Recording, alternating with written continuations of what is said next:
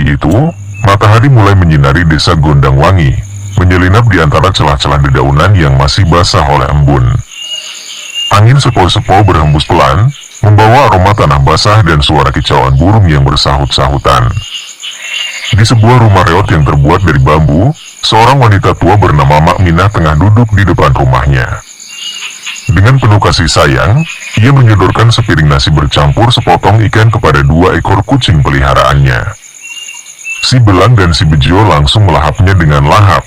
Ekor mereka bergoyang-goyang tanda bahagia.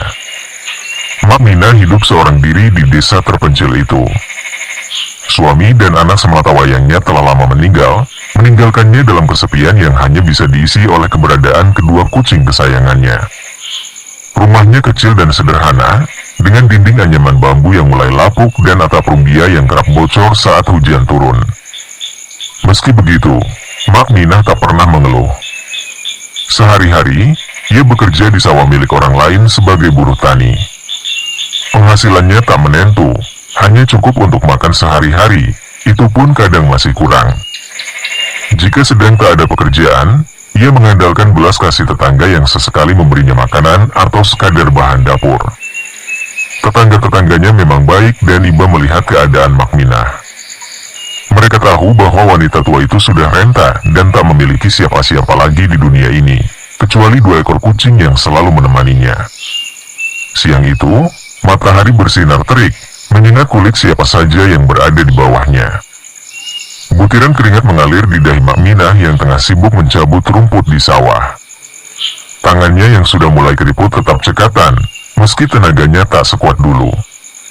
Ia bekerja di sawah milik Pak Tomo, seorang juragan kaya di desa Gondang Arum yang memiliki banyak lahan pertanian dan pekerja. Pak Tomo adalah sosok yang sangat dihormati di desa itu. Badannya besar, wajahnya selalu tampak serius, dan tutur katanya tegas. Para pekerja sering merasa segan sekaligus takut kepadanya. Bukan hanya karena sikapnya yang galak, tetapi juga karena ada rumor yang beredar di desa konon. Kekayaan Pak Tomo bukan hanya hasil kerja keras, melainkan juga karena pesugihan. Tak ada yang berani membicarakan ini secara terbuka, tetapi bisik-bisik tentang bagaimana hartanya terus bertambah tanpa henti sudah lama menjadi rahasia umum. Setelah matahari mulai condong ke barat, Mak Minah menyelesaikan pekerjaannya. Dengan langkah pelan, ia berjalan pulang, membawa sedikit upah dari hasil kerja hari itu. Dalam perjalanan, ia mampir ke sebuah warung kecil di desanya untuk membeli sepotong ikan. Bukan untuk dirinya sendiri, tetapi untuk 2 ekor kucing kesayangannya, si Belang dan si Bejo. Saat tiba di rumah, kedua kucing itu sudah menunggunya di depan pintu. Begitu melihat Mak Minah, mereka langsung mengeong keras, melompat-lompat dengan manja di sekeliling kakinya. Mak Minah tersenyum, merasa hangat di hatinya. Baginya, si Belang dan si Bejo bukan sekadar kucing, mereka adalah keluarganya. Dengan penuh kasih sayang, ia menyiapkan nasi yang dicampur dengan ikan yang baru dibelinya. Kucing-kucing itu langsung menyantapnya dengan lahap. Sementara itu, Mak Minah sendiri hanya makan dengan sayur seadanya. Meski sederhana, ia tetap bersyukur. Setelah makan, Mak Minah duduk di tikar anyaman bambu di teras rumahnya, ditemani si Belang dan si Bejo. Sesekali ia bercanda dengan kedua kucingnya, berbicara seolah-olah mereka bisa memahami setiap kata yang diucapkannya. Suara tawa kecilnya terdengar lirih di antara sepinya desa. Malam itu, hujan turun rintik-rintik, menari di atas atap rumbia rumah Mak Minah. Udara terasa dingin, membuatnya meringkuk di atas dipan kayu tua yang sudah mulai reot.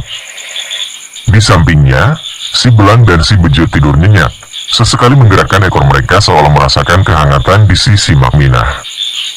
Suara gemericik air yang menetes dari atap bocor menjadi musik latar di malam yang sepi.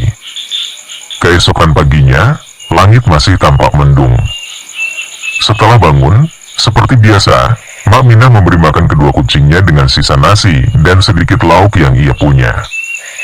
Melihat si Belang dan si Bejo makan dengan lahap, Mak Minah tersenyum kecil, meski di hatinya terselip kekhawatiran.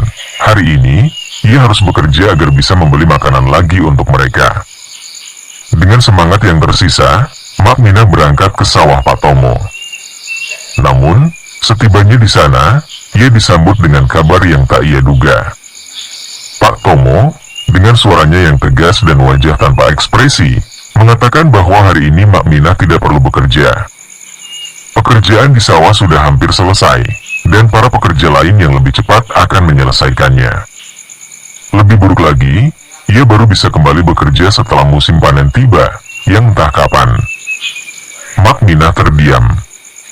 Wajahnya yang tadinya penuh harap kini tampak kecewa. Ia tahu betul, jika hari ini tidak bekerja, besok ia mungkin tak bisa makan. Tapi yang lebih ia takutkan adalah kedua kucingnya, si Belang dan si Bejo tidak akan mendapatkan makanan. Dengan suara lirih, ia memohon kepada Pak Tomo agar diizinkan bekerja meski hanya sebentar, namun lelaki itu tetap menolak. Tidak usah maksa, Minah. Tunggu panen saja, katanya singkat sebelum pergi meninggalkannya. Dengan langkah gontai dan hati yang berat, Makminah berjalan pulang. Hatinya dipenuhi kebingungan, harus bekerja apalagi agar bisa mendapatkan uang. Saat melewati jalan desa, ia berpapasan dengan Butina, tetangganya yang hendak pergi bekerja ke kelurahan. Butina heran melihat Makminah yang biasanya sibuk di sawah, tetapi hari ini sudah pulang pagi-pagi. Loh, Makminah? Kok sudah pulang? Biasanya kan kerja di sawah, tanyanya penasaran. Makminah pun menjelaskan bahwa hari ini ia diliburkan karena pekerjaan sudah hampir selesai dan harus menunggu panen untuk bisa bekerja kembali. Mendengar hal itu, Butina langsung merasa iba. Ia tahu betapa sulitnya kehidupan Makminah.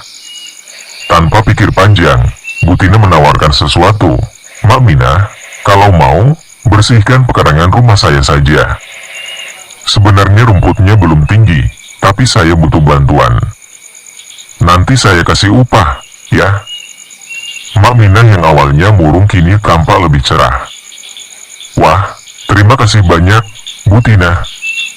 Saya mau, katanya dengan suara penuh syukur. Butina tersenyum dan menyerahkan sejumlah uang kepada Makminah sebelum berangkat. Ini buat Makminah dulu. Saya mau langsung ke kelurahan, jadi tidak bisa menemani. Makminah menerima uang itu dengan tangan gemetar, matanya berkaca-kaca. Terima kasih, Bu. Semoga Tuhan membalas kebaikan Butina, katanya tulus.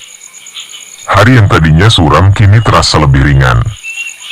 Setidaknya, hari ini ia masih bisa membeli makanan untuk si Belang dan si Bejo. Setelah menerima upah dari Butina, Makminah segera menuju rumah tetangganya itu untuk mulai bekerja. Dengan cekatan, ia mencabut rumput liar yang mulai tumbuh di pekarangan, menyapu dedaunan kering, dan membersihkan sampah yang terselip di sudut-sudut halaman. Meski tubuhnya renta, tangannya tetap gesit, seolah sudah terbiasa bekerja keras seumur hidupnya. Matahari mulai condong ke barat saat Makminah akhirnya menyelesaikan pekerjaannya. Pekarangan rumah Butina kini tampak bersih dan rapi. Ia menyeka keringat di dahinya, lalu melangkah pulang dengan hati sedikit lebih ringan. Namun, sebelum kembali ke rumah, ia mampir ke warung untuk membeli ikan. Kali ini, ia membeli 2 potong, satu untuk makan hari ini, dan satu lagi untuk persediaan besok. Setibanya di rumah, seperti yang sudah diduganya, si Belang dan si Bejo sudah menunggu di depan pintu. Begitu melihat Makminah, mereka langsung mengeong keras, menggosok-gosokkan tubuh mereka ke kakinya dengan manja. Iya, sabar, ini Mak sudah pulang bawa makanan, ujar Makminah sambil tersenyum. Dengan penuh kasih sayang, ia mencampurkan nasi dengan potongan ikan lalu menyajikannya di wadah kecil. Si Belang dan si Bejo langsung melahapnya dengan lahap. Makminah duduk di ambang pintu, memperhatikan mereka makan dengan hati yang lega. Setidaknya, untuk hari ini dan besok, mereka masih bisa makan dengan layak. Sementara itu, Butina yang baru pulang dari kelurahan merasa puas melihat pekarangannya kini bersih. Ia benar-benar senang dengan hasil kerja Makminah. Tergerak oleh rasa iba dan rasa terima kasih, ia lalu mengambil sedikit beras dan lauk pauk dari dapurnya, lalu berjalan menuju rumah Makminah. Saat tiba di sana, ia melihat Mak Minah sedang duduk di depan rumah, tersenyum memperhatikan kedua kucingnya yang masih sibuk makan. "Mak Minah," sapa Butina sambil tersenyum. Mak Minah menoleh dan segera berdiri. "Butina, ada apa?" Butina menyerahkan bungkusan beras dan lauk yang dibawanya. "Ini, Mak Minah, sedikit beras dan lauk untuk tambahan makan di rumah. Anggap saja sebagai ucapan terima kasih karena pekarangan saya jadi bersih sekali." Mata Mak Minah berbinar.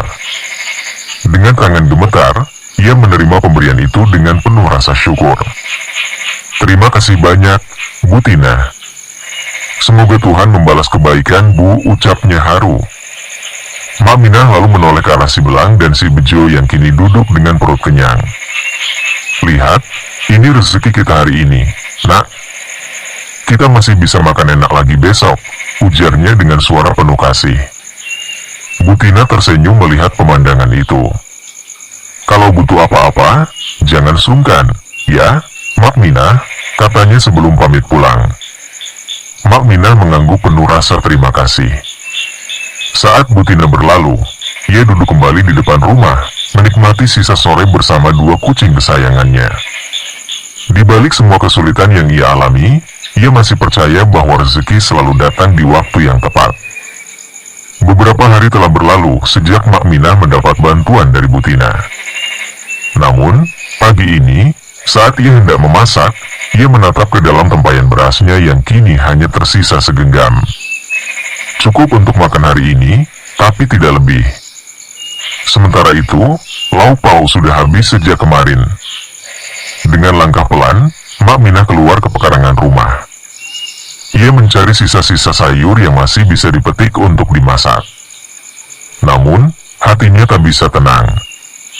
Si Belang dan si Bejo duduk di sampingnya, mengeong pelan, seolah tahu bahwa hari ini mereka mungkin tak akan mendapat makanan yang cukup. Mak Minah menghela napas panjang. "Sabar ya, Nak. Mak akan cari cara supaya kalian bisa makan nanti sore," ucapnya lirih sambil mengelus kepala kedua kucingnya. Setelah memasak, ia duduk bersama si Belang dan si Bejo, berbagi makanan seadanya. Mak Minah hanya makan dengan sayur rebus tanpa lauk, sementara ikan yang tersisa ia berikan kepada kedua kucingnya. Meski begitu, ia tetap tersenyum melihat mereka makan dengan lahap. Namun, pikirannya tak bisa tenang. Setelah ini, ia harus mencari cara agar bisa mendapatkan makanan untuk esok hari. Dengan harapan masih ada kebaikan yang tersisa, Mak Minah memutuskan pergi ke warung untuk berhutang sedikit beras dan sepotong ikan. Saat tiba di warung, ia menemui pemiliknya, Bu Sarti, seorang wanita setengah baya yang sudah lama mengenalnya. Dengan suara penuh harap, Mak Minah berkata, "Bu, bolehkah saya berhutang lagi sedikit beras dan sepotong ikan? Nanti kalau saya sudah ada uang, pasti saya bayar." Namun, wajah Bu Sarti tampak ragu. Ia menarik napas dalam sebelum akhirnya menjawab, "Maaf, Mak Minah, hutang panjenengan sudah terlalu banyak. Saya juga butuh modal untuk belanja dagangan. Kalau panjenengan belum bisa bayar yang kemarin, saya belum bisa kasih utangan lagi." Dada Mak Minah terasa sesak. Ia tak bisa menyalahkan Bu Sarti, tapi hatinya semakin kalut. Dengan langkah gontai, ia meninggalkan warung itu, pikirannya dipenuhi kebingungan. Setelah berpikir sejenak, ia teringat Butina. Mungkin Butina bisa membantunya, seperti kemarin. Dengan harapan baru, ia berjalan menuju rumah tetangganya itu. Namun, saat tiba di sana, pintu rumah Butina terkunci rapat. Tak ada suara siapapun di dalamnya. Mak Minah berdiri di depan rumah itu cukup lama, berharap Butina akan datang. Tapi setelah beberapa saat, ia sadar, Butina mungkin sedang pergi keluar kota atau ada urusan lain. Perasaan sedih kembali menyelimutinya. Lalu, aku harus bagaimana? Gumamnya pelan. Di tengah keputusasaan,nya muncul satu pikiran yang selama ini selalu ia hindari. Pak Tomo. Mak Minah tahu, meminta bantuan kepada Pak Tomo bukanlah pilihan yang bijak. Lelaki itu terkenal keras dan tidak pernah memberi sesuatu tanpa pamrih. Namun, apalagi yang bisa ia lakukan? Ia tidak bisa membiarkan dirinya dan kedua kucingnya kelaparan. Dengan hati yang berat, ia melangkahkan kaki menuju rumah Pak Tomo. Saat sampai di sana, ia melihat juragan kaya itu tengah duduk di kursi depan rumahnya, mengenakan sarung dan kaos singlet, sambil merokok. Mak Mina mendekat dengan hati-hati, lalu berkata dengan suara lirih, "Pak Tomo, saya ingin meminjam sedikit uang. Saya janji akan mengembalikannya." Pak Tomo mengangkat alisnya, lalu menatap Mak Mina dengan tatapan tajam. "Kamu bisa mengembalikan, Mina? Jangan sampai cuma bisa pinjam tapi nggak bisa bayar," katanya dengan nada dingin. Mak Mina menelan ludah. "Saya akan berusaha, Pak. Mohon bantuannya, saya butuh untuk makan." Pak Tomo menyeringai kecil, lalu berkata, "Baik, saya bisa pinjamkan. Tapi ingat, dalam seminggu harus dikembalikan. Dan ada bunganya." Mak Mina terdiam. Ia tahu bahwa menerima pinjaman ini berarti memasuki sebuah masalah baru. Namun, saat ia membayangkan si Belang dan si Bejo kelaparan, ia tak punya pilihan lain. Dengan berat hati, "Saya setuju, Pak," jawabnya pelan. Pak Tomo menyerahkan sejumlah uang, lalu berkata, "Jangan sampai telat bayar, Mina. Kalau tidak kamu tahu sendiri akibatnya." Dengan tangan gemetar, Mak Mina menerima uang itu. Ia mengangguk lemah, lalu segera pergi dari rumah Pak Tomo. Setelah mendapatkan uang, ia kembali ke warung dan membeli 2 potong ikan serta sedikit beras. Ia tahu uang ini hanya akan bertahan beberapa hari, tapi setidaknya untuk sementara, ia bisa bernapas lega. Saat tiba di rumah, seperti biasa, si Belang dan si Bejo sudah menunggunya di depan pintu. Mereka langsung mengeong keras begitu melihat Mak Mina. "Iya, ini Mak sudah pulang bawa makanan," katanya sambil tersenyum lemah. Sambil memberi makan kedua kucingnya, Mak Mina menatap kosong ke arah tanah. Satu pertanyaan besar kini memenuhi pikirannya. Bagaimana aku bisa mengembalikan uang itu dalam seminggu, sedangkan aku tidak bekerja? Malam itu, Mak Mina tak bisa memejamkan mata. Pikirannya dipenuhi kekhawatiran tentang utang yang harus ia lunasi dalam seminggu. Uang yang ia pinjam dari Pak Tomo bukanlah jumlah yang kecil bagi dirinya, dan bunga yang harus dibayar pun membuatnya semakin resah. Ia berbaring di depan kayu tuanya, menatap langit-langit bambu rumahnya yang sudah mulai rapuh. Di sampingnya, si Belang dan si Bejo tidur nyenyak, sesekali menggerakkan telinga mereka saat terdengar suara jangkrik di luar rumah. Melihat kedua kucingnya yang begitu tenang, Mak Mina mencoba menghibur diri. Mereka bisa makan hari ini, itu sudah cukup. Tuhan pasti akan memberikan jalan besok, pikirnya. Dengan keyakinan itu, ia mencoba memejamkan mata dan membiarkan dirinya terlelap dalam doa dan harapan. Keesokan paginya, saat matahari mulai naik, Mak Mina bangun dengan semangat baru. Setelah memberi makan kedua kucingnya, ia duduk di depan rumah, menikmati busan angin pagi yang sejuk. Tak lama kemudian, seorang tetangganya, Bu Rahayu, datang menghampiri. "Mak Mina, saya butuh bantuan bersih-bersih rumah. Bisa bantu saya hari ini?" tanyanya dengan ramah. Mak Mina tersenyum lega. "Tentu, Bu. Alhamdulillah, saya senang bisa membantu," jawabnya tanpa ragu.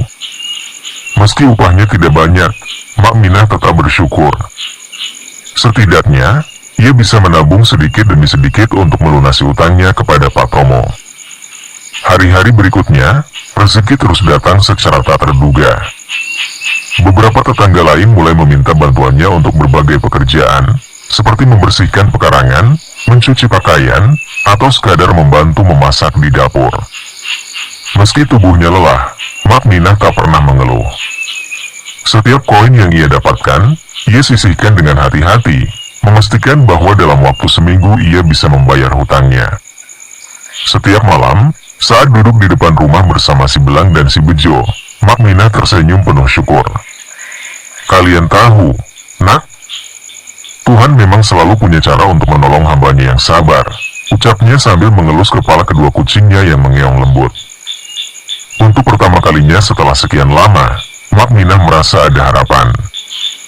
Ia yakin, jika terus berusaha, ia akan bisa melunasi utangnya dan menjalani hidup dengan lebih tenang. Seminggu telah berlalu sejak Mak Minah meminjam uang dari Pak Tomo. Pagi itu, ia duduk di lantai rumahnya yang beralaskan anyaman bambu, menghitung setiap lembar uang yang berhasil ia kumpulkan. Jemarinya yang keriput bergetar, hatinya dipenuhi kecemasan. Saat selesai menghitung, wajahnya semakin muram. Uang yang ia miliki memang cukup untuk membayar hutang pokoknya, tetapi tidak untuk bunganya. Mak Minah menghela napas panjang, matanya menerawang ke arah atap rumahnya yang mulai lapuk. Bagaimana ini? Apakah Pak Tomo mau mengerti? Dengan langkah berat, ia memasukkan uang ke dalam lipatan kainnya, lalu beranjak menuju rumah Pak Tomo. Perjalanan terasa lebih panjang dari biasanya. Kakinya yang mulai lemah seolah enggan melangkah. Namun, ia tahu bahwa ia harus menghadapi kenyataan ini. Setibanya di rumah Pak Tomo, pria itu terlihat sedang duduk santai di kursi kayu di teras rumahnya. Dengan tubuh besar dan wajahnya yang penuh wibawa, ia tampak seperti raja kecil di desa itu. Mak Minah melangkah mendekat, menundukkan kepala sebagai tanda hormat. Pak Tomo, ini uang yang saya pinjam kemarin. Saya sudah berusaha mengumpulkan semuanya, katanya dengan suara lirih sambil menyerahkan uang yang ada di genggamannya. Pak Tomo mengambil uang itu, menghitungnya dengan cepat, lalu mendongak menatap Mak Minah dengan tatapan tajam. Mana bunganya? Tanyanya singkat. Mak Minah menelan ludah. Saya belum bisa membayarnya sekarang, Pak. Saya mohon, beri saya waktu sedikit lagi. Raut wajah Pak Tomo langsung berubah. Alisnya menegang, dan matanya menyipit penuh kemarahan. Tidak bisa, Minah. Kamu sudah janji melunasi semuanya dalam seminggu. Kalau tidak bisa bayar, itu berarti kamu melanggar janji. Mak Minah merapatkan kedua tangannya, berusaha menahan air mata yang hampir jatuh. Saya mohon, Pak. Beri saya waktu 2 hari lagi. Saya pasti akan berusaha membayarnya. Pak Tomo menatapnya lama, seakan mempertimbangkan sesuatu. Kemudian, dengan suara dingin, ia berkata, baik. Aku kasih waktu 2 hari. Tapi bunga tetap berjalan. Artinya, utangmu bertambah. Jantung Mak Minah berdegup kencang. Namun, ia tak punya pilihan selain mengangguk. Terima kasih, Pak. Dengan langkah gontai, ia meninggalkan rumah Pak Tomo. Matahari yang bersinar terik terasa semakin menyengat, seakan ikut membebani pikirannya yang semakin berat. Setibanya di rumah, Mak Minah langsung terduduk di lantai. Si Belang dan si Bejo segera mendekatinya, mengeong lembut, seolah memahami kesedihan yang tengah ia rasakan. Mak Minah tersenyum pahit, mengelus kepala kedua kucingnya dengan penuh kasih. Mak harus cari uang lagi, nak. Kalau tidak, Mak bisa kehilangan semuanya, ucapnya lirih. Si Belang dan si Bejo hanya menatapnya dengan mata polos mereka. Meski mereka tidak bisa menjawab, kehadiran mereka setidaknya memberikan sedikit ketenangan di hati Mak Minah. Namun, jauh di lubuk hatinya, ia tahu 2 hari bukanlah waktu yang lama. Dan jika ia tidak segera mendapatkan uang, ia mungkin akan menghadapi sesuatu yang lebih buruk dari sekadar bunga hutang yang terus berjalan. Malam itu, hujan turun dengan rintik-rintik, menyisakan hawa dingin yang menusuk tulang. Mak Minah duduk di dipan kayunya, mencoba memejamkan mata, tapi ada sesuatu yang membuatnya gelisah. Jantungnya berdegup lebih kencang dari biasanya. Tiba-tiba, aroma dupa yang menyengat menyeruak ke dalam rumah. Mak Minah mengernyitkan dahi. Ia tidak pernah menyalakan dupa di rumahnya. Lalu dari mana bau ini berasal? Angin dingin berembus masuk melalui celah dinding bambu rumahnya, membuat nyala lampu minyak bergoyang-goyang. Di luar sana, suara samar-samar terdengar, seperti langkah kaki yang menyeret tanah. Si Belang dan si Bejo, yang biasanya tidur pulas, tiba-tiba terbangun. Mereka berdiri dengan bulu-bulu yang mengembang, mata mereka menatap tajam ke sudut ruangan yang gelap. "Nak, ada apa?" bisik Mak Minah dengan suara bergetar. Kedua kucing itu mulai berjalan gelisah, mengitari rumah, lalu naik ke dipan, berdiri di sekelilingnya. Telinga mereka bergerak-gerak waspada, seolah mereka bisa merasakan sesuatu yang tak terlihat. Dari kejauhan, suara-suara aneh mulai terdengar. Bukan suara hujan atau angin, melainkan bisikan yang tak jelas arahnya. Bayangan-bayangan hitam melintas cepat di sela-sela dinding bambu. Mak Minah mulai ketakutan. Pak Tomo, hanya satu nama yang terlintas di benaknya. Ia tahu, ini pasti berkaitan dengan pesugihan Pak Tomo. Sudah menjadi rahasia umum bahwa siapapun yang berutang kepadanya dan tidak mampu membayar tepat waktu, keesokan harinya akan ditemukan tak bernyawa, seolah diambil sesuatu dari dalam tubuhnya. Tengah malam tiba. Bau dupa semakin kuat. Tiba-tiba, sesuatu bergerak cepat di atas rumahnya. Mak Minah mendongak. Matanya membelalak. Bayangan hitam melayang di atas rumahnya. Dari sudut ruangan, sepasang mata merah menyala muncul dari kedelapan. Wujudnya tinggi, hitam pekat, dengan tangan yang kurus panjang mencakar udara. Si Belang dan si Bejo mengeong keras, melompat ke depan Mak Minah, berdiri di atas dipan dengan bulu tegak. Makhluk itu bergerak mendekat, tapi kemudian berhenti. Ia menatap kedua kucing itu dengan tatapan tajam. Dari mulutnya yang tak terlihat, suara menggelegar terdengar, bergetar hingga ke dinding-dinding rumah. "Lunasi hutangmu, atau nyawamu milikku." Mak Minah menggigil. Tubuhnya terasa lemas, napasnya tersengal. Namun, ia juga menyadari sesuatu yang aneh. Makhluk itu tak langsung menyerangnya seperti yang terjadi pada korban-korban Pak Tomo sebelumnya. Mata merah itu hanya menatap kedua kucingnya, lalu perlahan-lahan mundur, sebelum akhirnya menghilang ke dalam kegelapan malam. Mak Minah masih terduduk, tubuhnya gemetar. Si Belang dan si Bejo tetap berjaga di dekatnya, seolah memastikan bahwa makhluk itu benar-benar pergi. Ia menarik napas dalam, menatap kedua kucingnya dengan penuh kebingungan dan harapan. "Kenapa aku masih hidup? Kenapa makhluk itu tidak mengambil nyawaku? Apakah karena kalian?" Mak Minah merasakan sesuatu yang aneh. Apakah mungkin kedua kucingnya adalah pelindung yang telah menyelamatkan dirinya? Malam itu, Mak Minah hampir tak bisa tidur. Hatinya masih diliputi ketakutan. Bayangan makhluk bermata merah terus menghantui pikirannya. Kucing-kucingnya, si Belang dan si Bejo, masih berjaga di dekatnya, seakan tahu bahwa bahaya bisa datang kapan saja. Saat fajar mulai menyingsing, Mak Minah langsung beranjak dari dipannya. Ia tak bisa membuang waktu. Jika ia tidak segera melunasi hutangnya, bukan tak mungkin malam ini makhluk itu akan datang lagi, dan kali ini tak hanya memberi peringatan. Dengan langkah tergesa, ia berjalan menuju rumah Butina. Ia tahu, hanya Butina yang mungkin bisa membantunya saat ini. Sampai di sana, Butina tengah bersiap berangkat bekerja.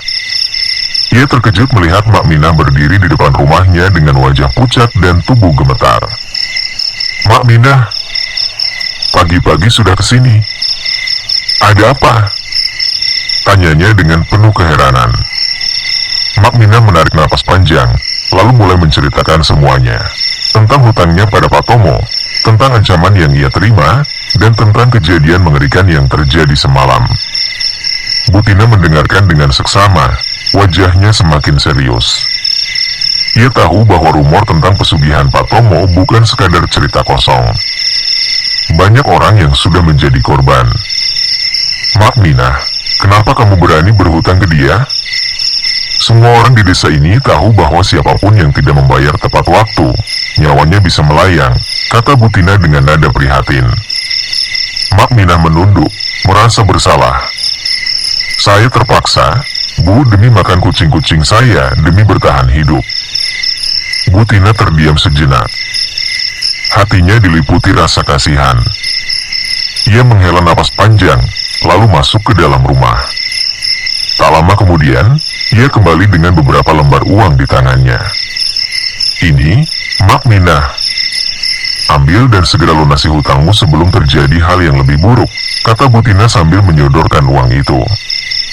Mata Mak Minah membelalak, hatinya penuh rasa syukur. Bu, saya tidak tahu harus berkata apa. Terima kasih banyak, katanya dengan suara bergetar. Bu Tina menepuk bahu Mak Minah dengan lembut. Mulai besok, Mak Minah kerja bantu-bantu di rumahku saja. Memang gajinya tidak banyak, hanya cukup untuk makan kamu dan kucing-kucingmu, tapi setidaknya kamu tidak perlu berhutang lagi. Air mata haru menggenang di mata Mak Minah. Terima kasih, Bu, saya sangat berterima kasih. Setelah berpamitan, Mak Minah segera menuju rumah Pak Tomo. Langkahnya kali ini lebih ringan, meskipun jantungnya masih berdebar. Sampai di halaman rumah Pak Tomo, pria itu sudah duduk di kursinya, mengawasi dari kejauhan dengan mata tajam. Mak Minah mendekat dengan hati-hati, lalu menyerahkan uang itu dengan tangan bergetar. Ini, Pak, hutang saya sudah lunas. Pak Tomo mengambil uang itu, menghitungnya dengan cepat. Bibirnya menyeringai tipis. Ini belum 2 hari, tapi kamu sudah melunasi. Bagus, Minah. Seharusnya semua orang seperti kamu. Mak Minah hanya diam, menundukkan kepala. Ia tak ingin berlama-lama di sana. Setelah menerima tanda bahwa hutangnya telah lunas, Mak Minah segera berbalik dan berjalan pulang. Untuk pertama kalinya dalam beberapa hari terakhir, ia merasa sedikit lebih lega. Sesampainya di rumah, si Belang dan si Bejo langsung menghampirinya, mengeong lembut seolah menanyakan apa yang terjadi. Mak Minah tersenyum tipis, mengelus kepala mereka dengan penuh kasih. Kita selamat, Nak, kita selamat. Namun, jauh di dalam hatinya, ia tahu bahwa dunia ini masih penuh dengan bahaya yang mengintai. Dan siapa tahu, apakah Pak Tomo akan benar-benar membiarkannya hidup dengan tenang? Malam itu, seperti malam-malam sebelumnya, kucing-kucing Mak Minah kembali berteriak dengan suara keras. Si Belang dan si Bejo, yang biasanya tenang, seakan merasakan sesuatu yang mengancam. Mereka berlari mengelilingi rumah, mengendus udara, dan berhenti sejenak di sudut-sudut gelap. Matanya menatap tajam ke ruang yang tak terlihat oleh Mak Minah. Bau dupa yang menyengat kembali memenuhi udara malam. Tak seperti biasanya, kali ini baunya lebih kuat, hampir menyengat di tenggorokan. Mak Minah terbangun, tubuhnya merinding. Ia duduk di dipan dengan hati berdebar. Ini lagi, pikirnya, napasnya semakin cepat. Kucing-kucingnya, yang seakan tahu sesuatu, tetap berjaga. Mereka tidak tidur, hanya berdiri tegak, mata mereka penuh ketegangan. Sepertinya mereka bisa merasakan sesuatu yang berbahaya sedang mendekat. Mak Minah mencoba menenangkan dirinya. Tidak apa-apa, Minah. Tidak ada yang bisa melukaimu, tidak ada yang bisa melukai kita. Tapi kata-kata itu terasa kosong. Ia merasa takut, terjebak dalam ketakutan yang semakin dalam. Namun, meski ketakutan menyelimuti dirinya, Mak Minah tahu bahwa ia harus bertahan. Setidaknya, kucing-kucingnya masih bersamanya, memberikan rasa aman, meski kecil. Pagi harinya, saat matahari mulai menembus awan, Mak Minah berusaha melupakan ketegangan malam itu. Ia bangkit, merapikan tempat tidurnya, dan berangkat bekerja di rumah Bu Tina. Hari itu, seperti hari-hari lainnya, ia bekerja dengan rajin. Bu Tina sangat baik hati, memberinya pekerjaan di rumah untuk membantu segala sesuatu, membersihkan halaman, mencuci piring, atau menyapu rumah. Berkat pekerjaan itu, Mak Minah dan kucing-kucingnya kini tak lagi kelaparan. Namun, meskipun kehidupannya sedikit lebih baik, malam tetap menyimpan ketegangan. Setiap malam, kucing-kucingnya masih berteriak dan bertindak waspada, seakan ada sesuatu yang terus mengintai. Mereka selalu berjaga, seperti pasukan yang tak ingin lengah sedikit pun. Mak Minah mulai merasa ada yang aneh. Meskipun hidupnya lebih stabil, kucing-kucingnya tetap tak bisa tenang. Mereka seperti merasakan bahaya yang terus menghantui, sesuatu yang tak bisa dijelaskan dengan kata-kata. Siang itu, Pak Tomo tampak murung saat melaju dengan sepeda motornya menuju sawahnya yang luas. Setiap kali dia melintas, matanya menatap dengan tajam padi-padi yang tumbuh di sawahnya. Namun, ketika sampai di sawah, ekspresinya berubah menjadi marah. Padinya tampak layu, dengan banyak bagian yang rusak dan termakan burung. Sungguh pemandangan yang mengecewakan bagi seorang juragan kaya sepertinya. Pak Tomo memarkirkan sepeda motornya dengan kasar, lalu berjalan dengan cepat ke arah seorang pegawainya yang sedang bekerja di dekatnya. "Apa ini?" bentaknya, matanya menyala. "Bagaimana pekerjaanmu sampai padi-padi ini banyak yang rusak?" Pegawai itu terlihat terkejut dan sedikit cemas, namun dia tetap berusaha menjelaskan dengan tenang. "Pak, kami sudah memberi pupuk yang cukup, dan jaring sudah dipasang untuk menghalau burung. Tapi anehnya, meskipun sudah dilakukan semua ini, padi-padi ini tetap rusak seperti ada yang salah." Pak Tomo mengerutkan keningnya. "Ada yang salah? Apa yang salah? Kenapa hasilnya jelek begini?" Pegawai itu menggaruk kepalanya. "Entah, Pak. Kami sudah periksa dengan cermat, tapi tak ada yang bisa menjelaskan kenapa tanaman ini tidak tumbuh dengan baik. Seperti ada kekuatan lain yang mempengaruhinya." Pak Tomo menatap tajam ke arah sawahnya yang luas, seakan sedang mencari jawaban. Suasana tiba-tiba terasa mencekam, seperti ada sesuatu yang mengintai di balik daun-daun padi yang rapuh itu. "Tunggu di sini," kata Pak Tomo dengan suara yang lebih rendah. "Aku akan melihatnya lebih dekat."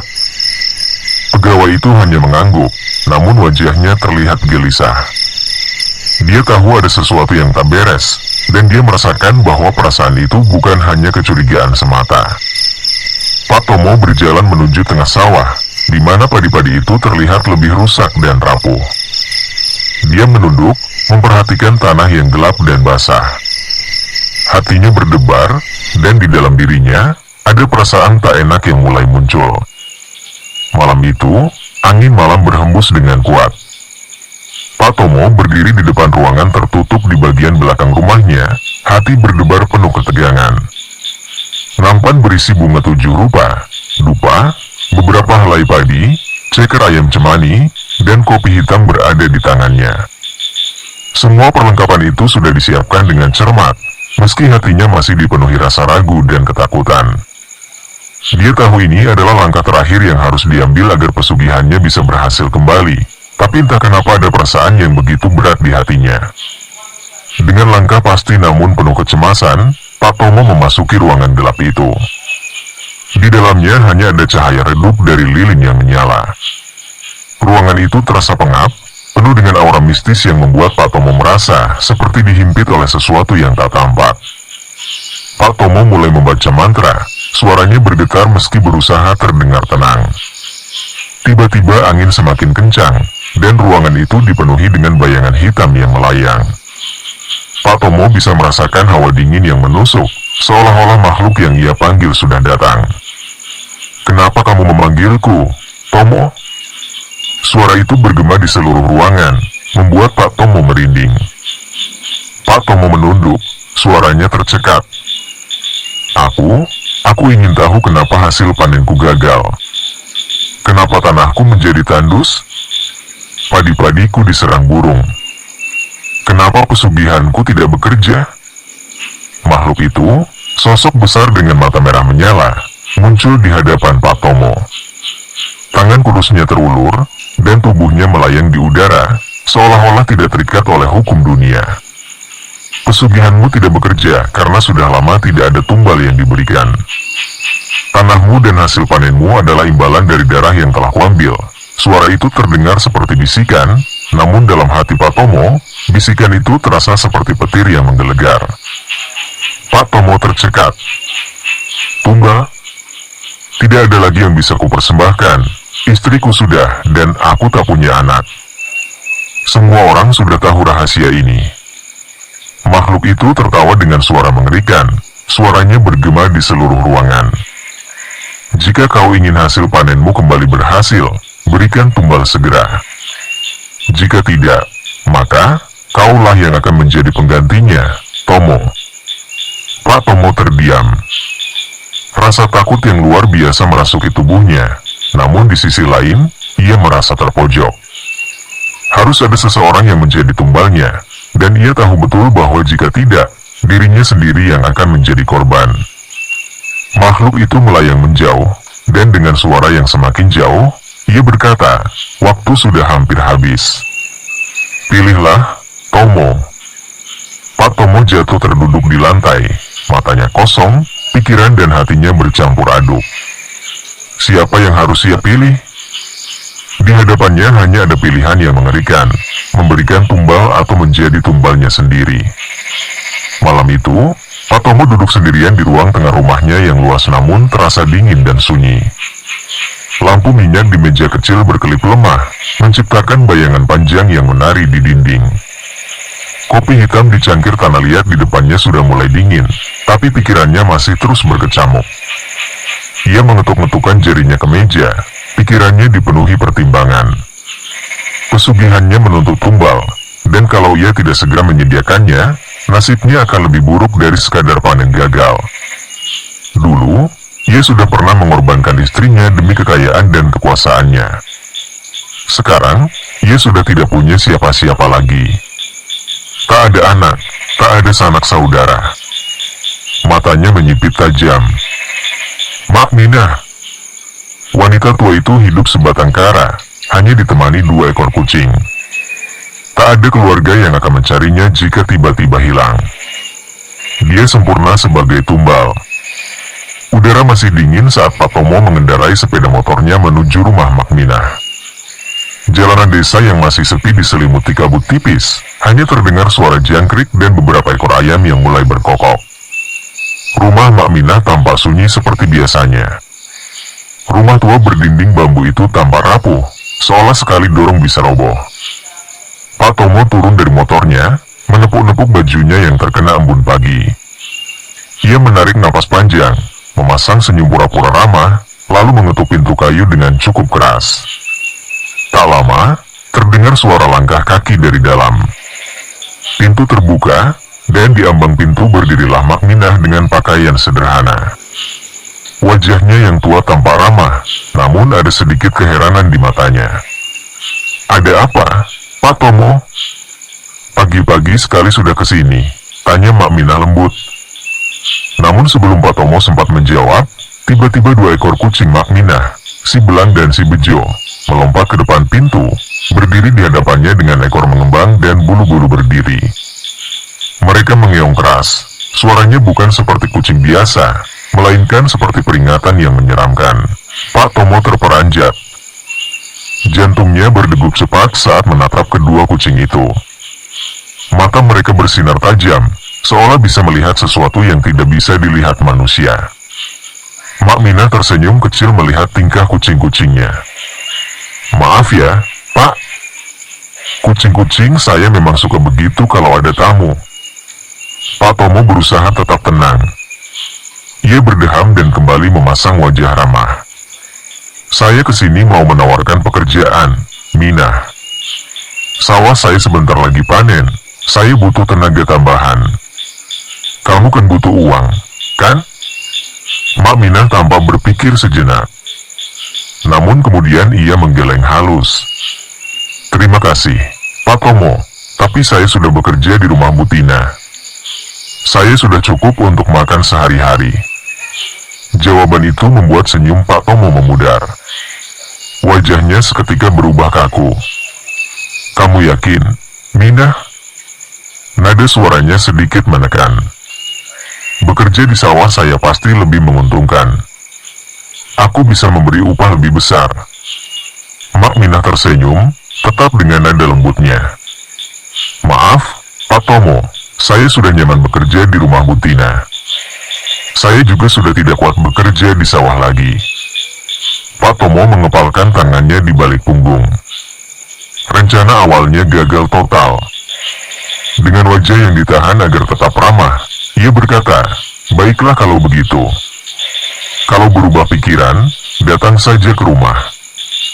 Mak Minah mengangguk sopan. "Terima kasih, Pak." Pak Tomo berpamitan, lalu berbalik menuju motornya. Namun saat ia melirik ke pintu, kedua kucing Mak Minah masih menatapnya dengan tajam. Mata mereka seolah berkata, "Kami tahu niatmu." Pak Tomo merasakan bulu kuduknya berdiri. Ia menelan ludah dan segera menyalakan motornya. Setibanya di rumah, Pak Tomo membanting pintu dengan kesal. Ia berjalan mondar-mandir di ruangannya yang gelap, pikirannya berpacu mencari solusi. Kenapa dia menolak? Seharusnya orang miskin seperti dia langsung menerima. Gumamnya geram. Dia lalu duduk di kursi kayu dan mulai berpikir keras.